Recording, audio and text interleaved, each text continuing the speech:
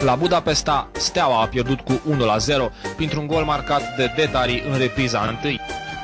Deși învinsă cu 1-0, Steaua a atacat tot cursul meciului, având și o bară prin Pițurcă.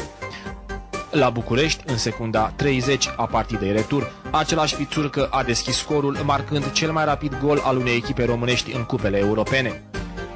Anulând încă din primul minut al meciului rezultatul de la Budapesta, Steaua era convinsă că poate merge mai departe.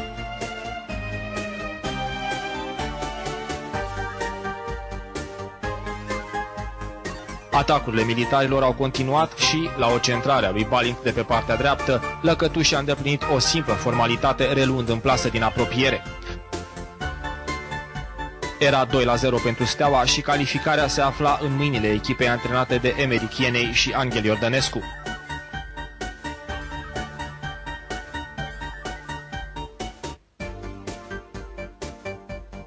Chiar la începutul reprizei secunde, Ilie Bărbulescu a prins un șut extraordinar de la 20 de metri, învingându-l pe Andruș. 3-0 pentru Steaua.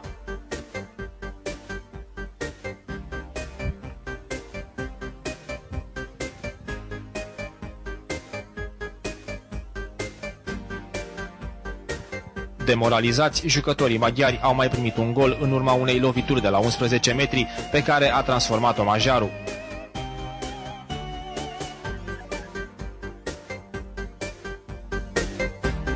Lăcătuș a fost faultat în careu și arbitrul a acordat penalti.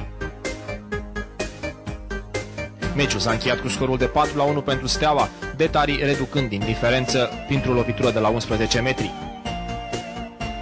În turul următor, Steaua a avut ca adversară echipa cea mai slabă dintre cele calificate în sferturile de finală.